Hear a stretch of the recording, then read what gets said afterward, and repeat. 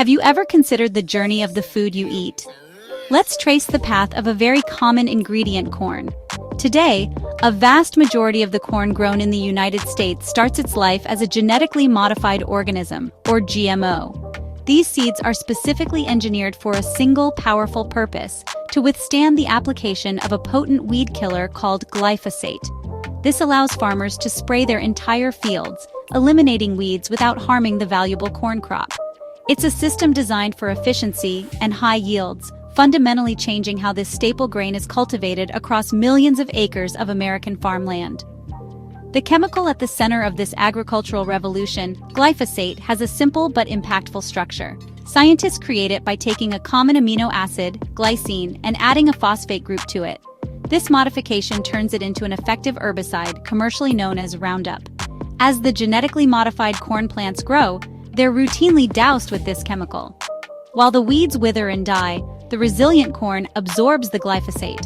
This means that traces of this chemical don't just stay on the farm. They become integrated into the very plant that is destined for our food supply, starting a complex chain reaction that extends far beyond the fields. Once harvested, this engineered corn begins another transformation. A significant portion of the crop is not eaten as corn on the cob, but is instead sent to industrial processing plants.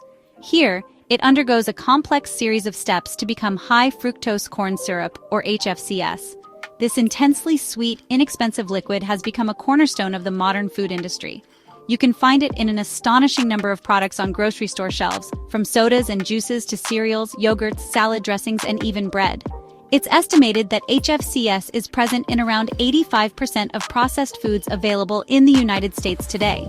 This widespread use means that most of us are consuming products derived from this specific agricultural system without even realizing it. The journey that started in a lab with a modified seed and continued in a field sprayed with glyphosate now ends on our dinner tables. The sweetness we taste in our favorite snack or beverage is often the final product of this long industrial chain. This system has reshaped our food environment, making it crucial for us to understand the full scope of how these ingredients, both the corn-derived sugar and the herbicide it carries, might be affecting our bodies from the inside out. When we consume foods containing glyphosate residues and high fructose corn syrup, the first major impact happens within our gut. This complex internal ecosystem, known as the gut microbiome, is home to trillions of bacteria that play a vital role in our health. However, glyphosate was originally patented as an antimicrobial agent, and it disrupts a critical metabolic pathway in many of these beneficial bacteria called the shikimate pathway. This interference creates an imbalance in our gut flora, a condition known as dysbiosis.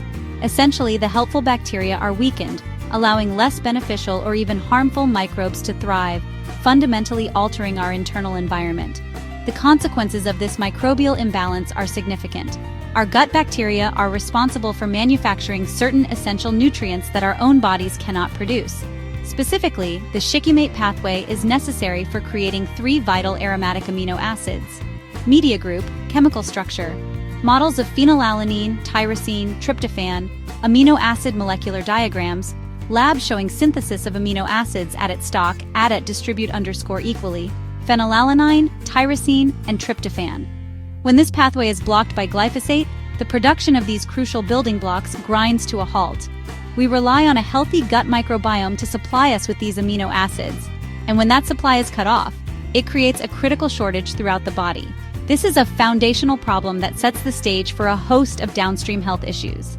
These 3 amino acids are not just minor components. They are the precursors for some of the most important chemicals our nervous system needs to function properly. For instance, tryptophan is converted into serotonin, a neurotransmitter that regulates mood, sleep, and appetite. Tyrosine is essential for producing dopamine and norepinephrine, which are critical for focus, motivation, and our response to stress. Without an adequate supply of these foundational amino acids, our bodies simply cannot manufacture the neurotransmitters our brain and nerves depend on for clear and stable communication, leading to potential neurological and mood-related disruptions. Beyond neurotransmitters, these amino acids are also fundamental for building and maintaining the physical structure of our nerves. Proteins are the workhorses of our cells, and they're constructed from long chains of amino acids. A deficiency in phenylalanine, tyrosine, and tryptophan means our body lacks the necessary materials to repair nerve cells, build protective sheaths like myelin, and maintain the overall integrity of the nervous system. This hidden deficiency, originating from a disruption in our gut, leaves our nerves vulnerable and ill-equipped to handle the daily demands and stresses placed upon them, making them more susceptible to damage over time. The high fructose corn syrup, so prevalent in our food supply, introduces another layer of assault on our nerves, primarily through the sheer volume of sugar it delivers. This excess sugar triggers a series of harmful biochemical reactions in the body. The first of these is known as the Maillard reaction. This is a non-enzymatic process where sugar molecules bind to proteins and fats, creating damaging compounds called advanced glycation end products, or AGEs. These AGEs are sticky and stiff, causing tissues throughout the body, including the delicate structures of our nerves and the blood vessels that supply them, to become rigid and dysfunctional. A second damaging process activated by high sugar levels is the polyol pathway. Normally, this pathway is not very active, but when there's an overabundance of glucose, it kicks into high gear. It converts excess sugar into a substance called sorbitol. Unlike glucose, which can be used for energy, sorbitol becomes trapped inside cells, including nerve cells. As sorbitol accumulates, it draws water into the cell, causing it to swell. This process, known as osmotic stress, creates internal pressure that damages the cell's delicate machinery, disrupts its normal function, and can ultimately lead to cell death, contributing directly to nerve injury. The third critical issue involves nitric oxide, or NO, a vital molecule that helps our blood vessels relax and dilate, ensuring adequate blood flow. Proper NO production depends on a healthy balance of amino acids and low levels of oxidative stress. The combination of amino acid deficiencies from gut dysbiosis and the oxidative stress caused by high sugar consumption impairs the body's ability to produce and utilize nitric oxide effectively. When NO levels are dysregulated, blood vessels become constricted. This reduces the delivery of oxygen and nutrients to our nerves, essentially putting them in a state of slow suffocation or hypoxia, which further accelerates their decline. Together, these three mechanisms, the Maillard reaction, the polyol pathway, and impaired nitric oxide production, create a perfect storm of metabolic stress. The AGEs cause tissues to become stiff and inflamed. Sorbitol accumulation causes cells to swell and burst from within, and poor blood flow starves nerves of the oxygen they desperately need to survive and function. This multi-pronged attack, fueled by the modern diet, systematically breaks down the health of our nervous system from a biochemical level, setting the stage for the physical problems that often follow this hidden, internal damage. The chronic metabolic stress from these processes ultimately leads to a physical problem. The constant damage from AGEs and inflammation causes the connective tissues surrounding our nerves to thicken and harden, a process called fibrosis. Our bodies have many narrow, fibrous tunnels through which nerves must pass to reach different parts of the body. As these tunnels become thicker and less flexible, the space available for the nerve shrinks. This anatomical change makes the nerve highly vulnerable to being physically compressed or squeezed, especially in tight passages like those found in our wrists, ankles, and even at the base of the skull. This physical compression leads to a critical reduction in the nerve's blood supply, a condition known as ischemia.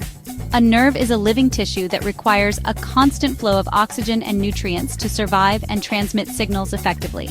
When it is squeezed within a fibrotic tunnel, its blood supply is choked off. This lack of oxygen causes the nerve to malfunction, leading to symptoms like pain, tingling, numbness, and weakness in the area it controls. If the compression persists, the nerve fibers can begin to die off, resulting in permanent damage and a loss of function in the end organ or muscle it supplies. We see clear clinical examples of this phenomenon throughout the body. Carpal tunnel syndrome is perhaps the most well-known instance, where the median nerve is compressed as it passes through the wrist, causing hand pain and numbness.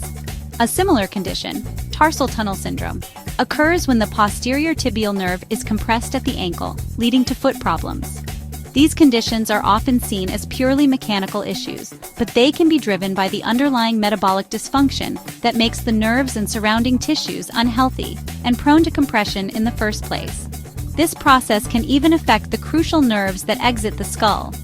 Some researchers have proposed that compression of certain cranial nerves, such as the hypoglossal nerve which controls tongue movement, could could be a contributing factor in some neurodevelopmental conditions like autism. The journey that began with a genetically modified corn seed and a spray of glyphosate can culminate in a physical chokehold on our nerves. This pathway, from farm to food, from gut to cell, and from chemical reaction to physical compression, highlights how deeply our modern environment can impact our neurological health, leading to tangible and often debilitating conditions.